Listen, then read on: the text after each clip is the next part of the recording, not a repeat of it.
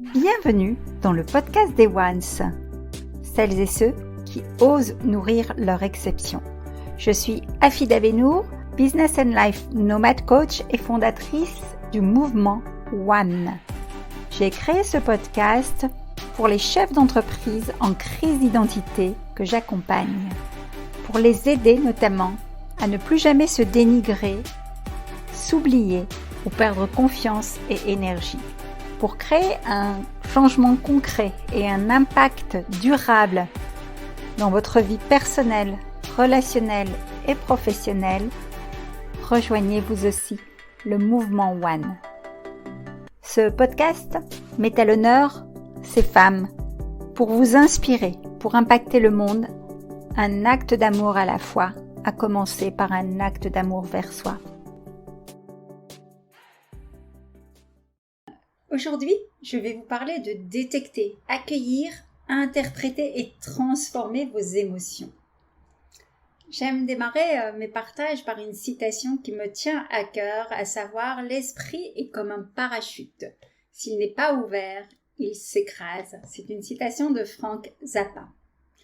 Un récent article de Harvard Business Review indique que lorsque l'on se concentre sur les émotions positives qui existent, quoi qu'il arrive, la contagion agit dans un sens vertueux. C'est-à-dire que souvent on parle des émotions, on leur donne une connotation positive ou négative. Ce qu'il faut savoir, c'est que je vais m'attacher à partager ce point de vue sur la contagion des émotions positives sans pour autant nier ni fuir la réalité de terrain du moment que nous traversons tous et dont personne ne sortira indemne tant au niveau psychologique, relationnel, physique, émotionnel et politique. Nos principales émotions, ce qu'il faut savoir, c'est qu'elles sont initiatrices de changement. Elles nous montrent le chemin. Il existe 6 étapes selon la courbe de croissance de Larry Greiner, d'où la nécessité d'apprendre à décrypter avec soin les émotions qui sont associées à ces 6 étapes de croissance. On est dans un monde en mouvement qui bouge tout le temps. Dans une journée, on a beaucoup de décisions à prendre et effectivement, ces décisions sont influencées par notre état émotionnel, par nos émotions. Donc, il s'agit d'envisager ces changements comme des opportunités de croissance. Notre objectif va être de voir ensemble comment mieux accueillir vos émotions pour les transformer durablement. Un peu d'étymologie pour commencer. Quand on vous parle du mot emotion, ça veut dire plus loin, motion, à savoir mettre en mouvement.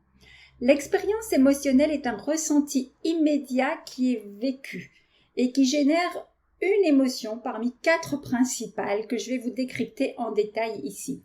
Il s'agit de la peur, de la tristesse, de la colère et de la joie. Bien entendu, on peut qualifier un nombre d'émotions bien plus nombreux que cela, mais on va se cantonner à ces 4-là qui génèrent des mécanismes de défense automatique. Il y en a 3 mécanismes de défense automatique, soit le déni, soit la projection, soit le refoulement.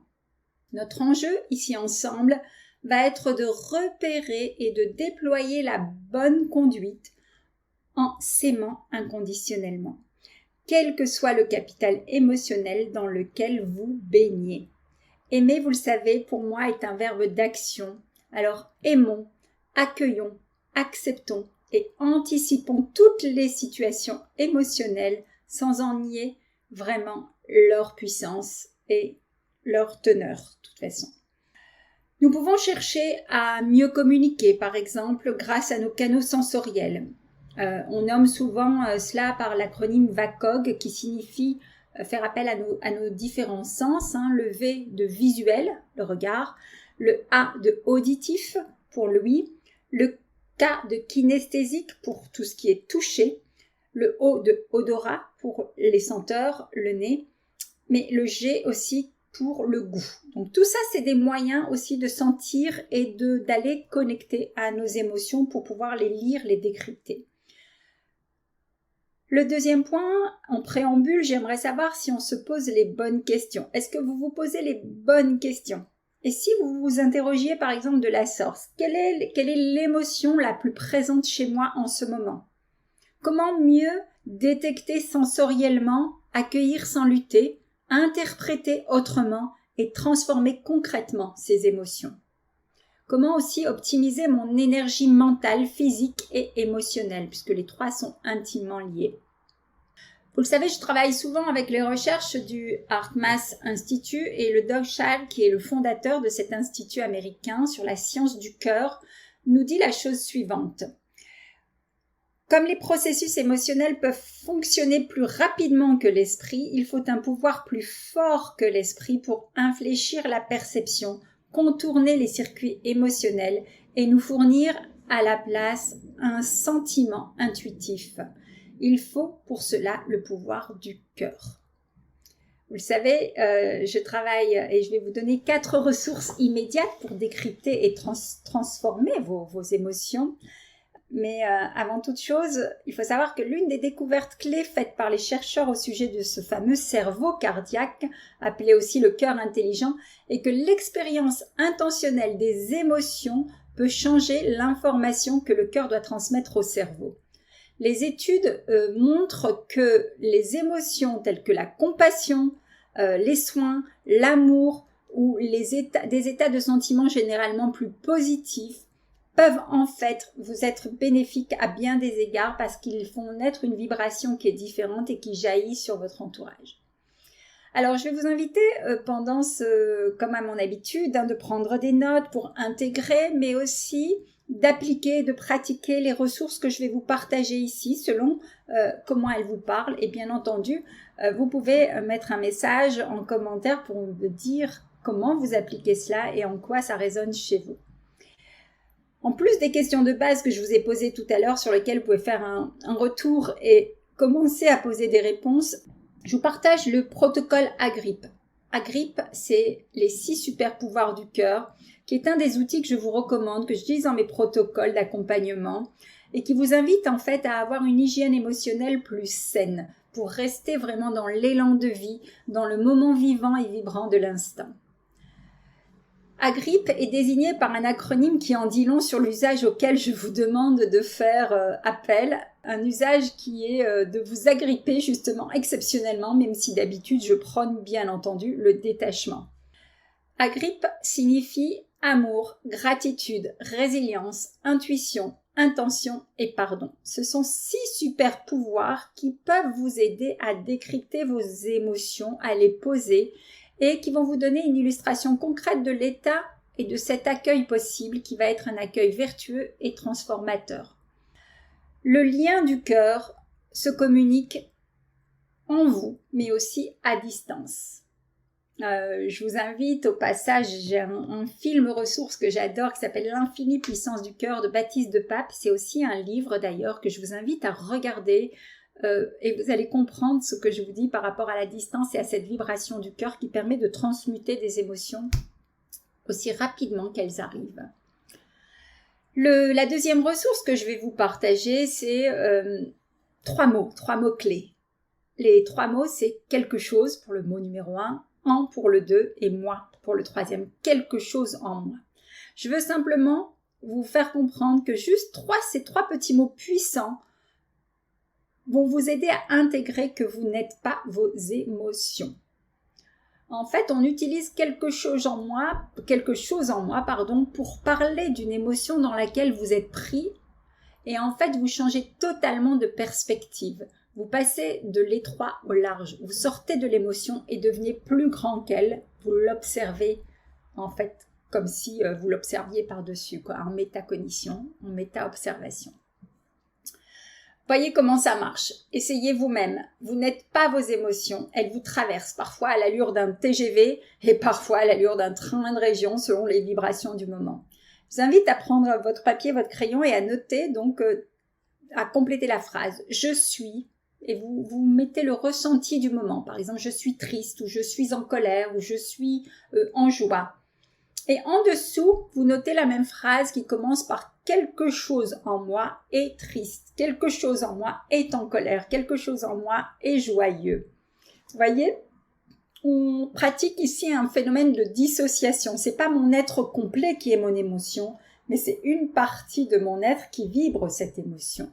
Et là, évidemment, en faisant cet exercice simple, ce ne sont pas les mots, bien sûr, qui créent le changement, c'est le changement, lui, il arrive car vous utilisez les mots pour vous aider à déposer et à changer de perception. Vous dissociez, voilà, de cette émotion.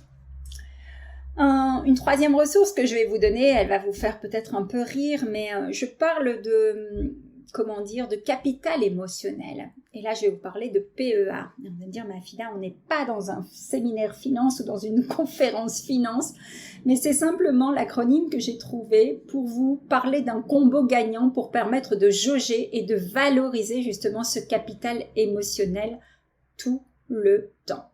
Le P veut dire la posture physique d'une danseuse étoile qui se sent légère, voilà, dans le flow, dans son flow. Le E, c'est l'expression orale et le monologue magnifique d'une leader de cœur que vous pouvez avoir, toujours orienté avec beaucoup d'amour et de bienveillance, à commencer par vous-même. Et enfin, le A pour l'axe directionnel. Quel est l'axe directionnel précis, prioritaire, qui est orienté vers votre succès? Vos émotions, finalement, on le voit déjà là avec ces 3 exercices, sont des outils de création. On se pose souvent la question, enfin moi je pose souvent la question dans les accompagnements, quelle est la meilleure façon de faire évoluer le balancier émotionnel de votre vie pour éviter qu'une des sphères n'explose en vol ou au sol, au point de stopper toutes les autres? Ce que je veux dire par là, c'est que votre qualité de vie est directement impactée par votre baromètre émotionnel, par votre capital émotionnel. On l'a vu, l'énergie crée une émotion, un mouvement, et cette émotion crée une qualité de vie personnelle, relationnelle et professionnelle. Je ne fais que inciter, et moi-même je le fais au quotidien, une auto-évaluation sincère. C'est le meilleur moyen selon moi de changer cela en ce même moment. Vous avez une énergie, est-ce qu'elle est basse, est-ce qu'elle est moyenne, est-ce qu'elle est exceptionnelle? Tout changement durable et tout impact concret se réalise grâce à un capital émotionnel qui s'entretient et qui peut à tout moment être exceptionnel. C'est vous qui décidez de le transformer, de le transmuter. Eu égard au fait que vous ne pouvez pas créer un changement dans votre vie en basse énergie, posez-vous la question: comment je fais pour me mettre en énergie exceptionnelle immédiatement? Arrêtez de lutter pour survivre émotionnellement, financièrement et psychologiquement. En énergie basse, c'est ce que vous êtes en train de faire. Vous allez poser des phrases: ouais, c'est pas si mal en ce moment, mais alors votre vie, elle est peut-être passable à ce moment-là. Cela n'est pas si mal, ça pourrait être mieux. Vous vivez en énergie exceptionnelle, vous ne vous posez pas ce genre de phrases. Vous allez automatiquement dire que votre vie est fantastique, que vos projets avancent, que vos finances et vos relations se portent à merveille, que votre vie professionnelle est épanouie. Chaque situation vécue entraîne un sentiment, entraîne une émotion, et chaque sentiment entraîne un comportement. Derrière tout cela, il y a un besoin. Vous savez, on a parlé des besoins dans un enregistrement précédent qui est la capsule 26 sur la compréhension des besoins. Je vous invite à le réécouter si vous voulez, mais ça vous permettra de détecter quel sentiment, quelle émotion a généré le comblement de ce besoin. Notre challenge, c'est de passer d'un état d'esprit de ressenti à un état d'être. C'est choisir de changer votre capital émotionnel en optant pour une attitude différente en quelques secondes. C'est ce que j'appelle aussi les switches. Cela me fait penser à vraiment des aha moments que mes clientes vivent en direct dans nos coachings. Et je me réjouis toutes les fois où cela arrive parce qu'elles sont elles-mêmes surprises de l'instantanéité avec laquelle ça peut se produire. Et c'est que du bonheur. Une quatrième ressource que je vais vous partager, c'est un décryptage plus détaillé des émotions principales que je vous ai citées tout à l'heure. Alors on va le faire en 4 temps. D'abord, je vais vous parler de l'origine, ensuite de la réaction, du besoin et de l'action appropriée. Donc si on reprend les 4 émotions principales, à savoir la peur, la tristesse, la colère et la joie, je vais utiliser le même schéma pour vous aider. Donc considérons, vous pouvez prendre des notes bien sûr sur l'émotion qui vous intéresse le plus et vous permettre de vous aider à la décrypter en détail. Quand on parle de la peur panique, rappelez-vous, on est des êtres humains avec un cerveau reptilien qui sommes en mode survie permanente. L'origine de la peur, c'est le danger réel ou alors le sentiment de danger. Imaginez, vous marchez dans la rue, un grand coup de klaxon, vous allez sursauter, vous avez peur. C'est un sentiment de danger ou une alerte au danger. La réaction peut être la fuite ou la paralysie. Le besoin ici exprimé face à la peur, c'est le besoin de sécurité ou de protection. L'action appropriée va être de faciliter l'expression de la peur, de répondre à la demande de protection et de donner de l'information. L'émotion numéro 2, la tristesse, elle se caractérise souvent par des larmes. L'origine est une perte, une rupture. La réaction ou les réactions peuvent être le repli sur soi ou le retrait. Le besoin, quant à lui, est de créer et de renforcer des liens. Comme il y a eu cette perte de lien, on veut recréer ce lien. Et l'action proposée, c'est de faciliter l'expression de la peine. Être présent, parfois même dans le silence, peut aider. Si je vous parle maintenant de la colère, irritation, exaspération, souvent l'origine vient du fait que le territoire est empiété ou violé. La réaction, c'est une attaque ou une lutte. Et le besoin, c'est forcément protéger ou défendre son territoire. Les actions appropriées face à la colère vont être faciliter l'expression verbale et non verbale de la colère et permettre de dire « je suis en colère ». Aider à la demande de réparation également. La quatrième émotion principale étant la joie, le plaisir, la fierté. L'origine vient souvent d'une satisfaction de besoin, d'une situation de plénitude. Voilà, on est vraiment dans le contentement de l'âme, comme je dis, dans la gratitude. Et la réaction, c'est l'ouverture, le partage. Plus on est joyeux, plus on a envie de continuer à communiquer sur sa joie. L'action proposée, bien sûr, pour amplifier cette émotion, c'est de faciliter l'expression et de répondre à la demande de convivialité. Voilà, là c'est un décryptage qui va vous aider quand même à lire ces différentes émotions principales et à voir comment on peut les transmuter par ces 4 étapes. D'abord, connaître l'origine, la réaction, ensuite le besoin et quelle est l'action appropriée face à ça. Ça vraiment, vous pouvez le faire en auto-coaching pour désamorcer une de ces émotions ou la transmuter. Pour rappel, sachez que votre psychologie est pour 85% responsable de votre succès dans votre quotidien personnel, relationnel et professionnel. Un projet évolue au même rythme que vous, chef d'entreprise et leader de cœur. Vous le propulsez grâce à votre énergie émotionnelle d'exception.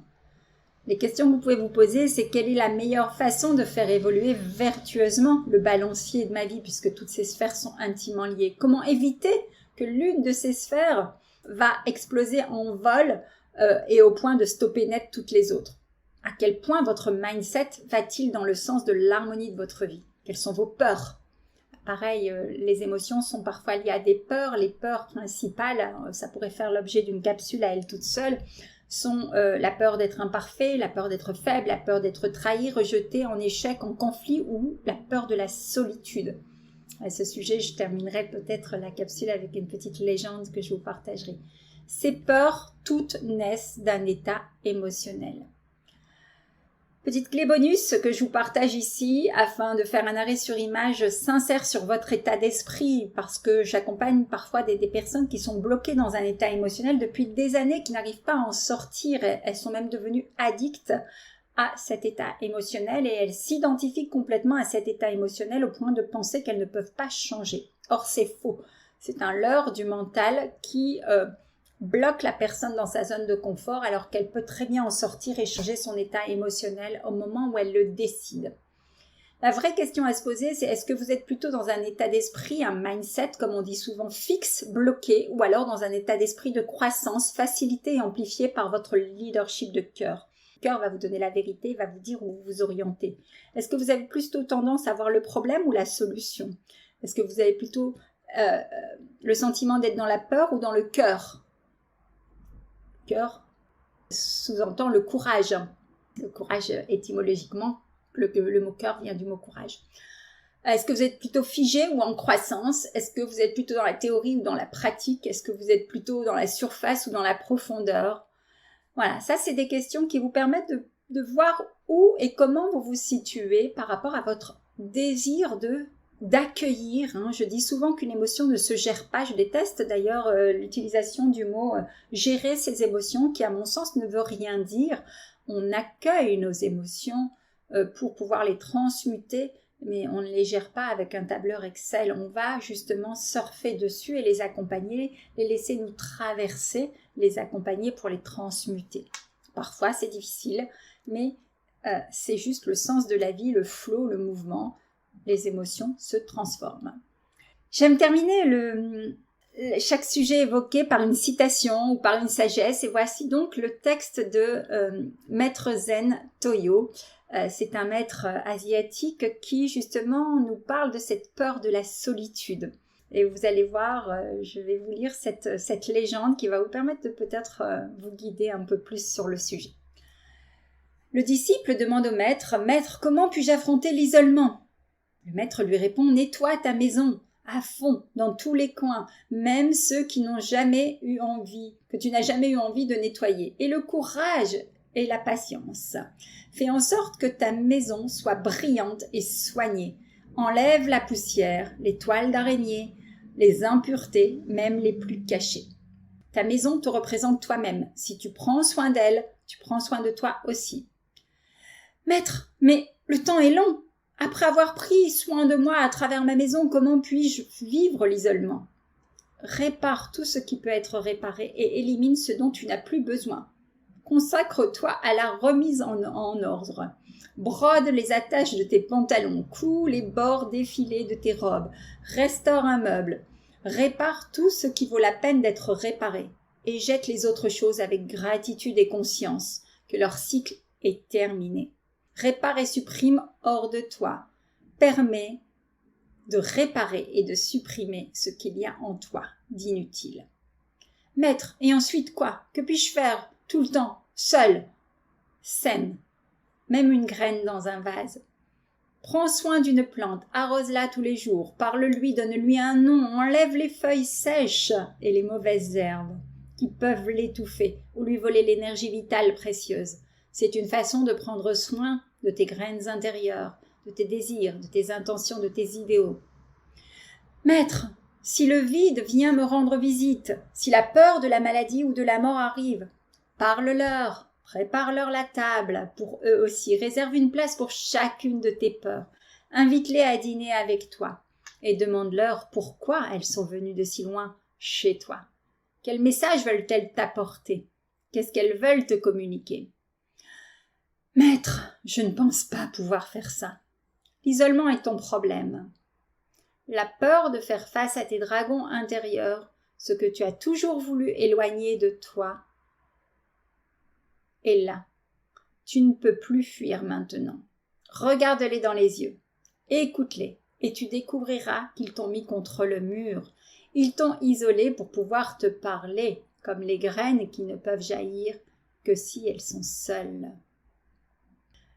Je suis assez impressionnée par ce conte qui pour moi résonnait avec les peurs et les émotions et qui nous invite vraiment à aller regarder au-dedans de nous, aller se donner rendez-vous avec son moi pur pour pouvoir transcender ses émotions et les transformer de façon vertueuse. Je terminerai par cette citation de Wilfried Peterson qui dit « Il y a au fond de vous de multiples petites étincelles de potentialité. Elles ne demandent qu'un souffle de vie pour s'enflammer et créer de magnifiques réussites. » Lors de mes accompagnements, j'utilise pour travailler sur les émotions, c'est pas toujours facile. Je rencontre beaucoup de personnes qui se sentent bloquées, qui n'osent pas exprimer ce qu'elles ressentent vraiment. Et j'ai une amie, Edith Maréchal, qui a créé les cartes à émotions, qui est un outil qui vient de Item Evolution. Je vous mettrai le nom dans le commentaire. Et c'est vraiment un outil qui permet de faciliter, qui permet d'apprendre à comprendre les émotions et à décrypter les comportements et à écouter les besoins en toute autonomie. Donc c'est un game un peu ludique qui peut être utilisé par tous, pour tous, partout. Donc je vous mettrai le lien en dessous. Si vous avez aimé ce partage, n'hésitez pas à me poser des questions, à envoyer des commentaires et surtout pratiquez les exercices et entrez dans le mouvement One. Le mouvement One, osez nourrir votre exception. Je vous dis à très bientôt. Si ce podcast vous a plu, n'hésitez pas à chaque enregistrement, à chaque écoute, à nous mettre un commentaire, un avis. Cela nous réchauffera le cœur. Vous pouvez également, si vous le désirez, passer de l'autre côté du micro, simplement en me contactant. Et à très bientôt.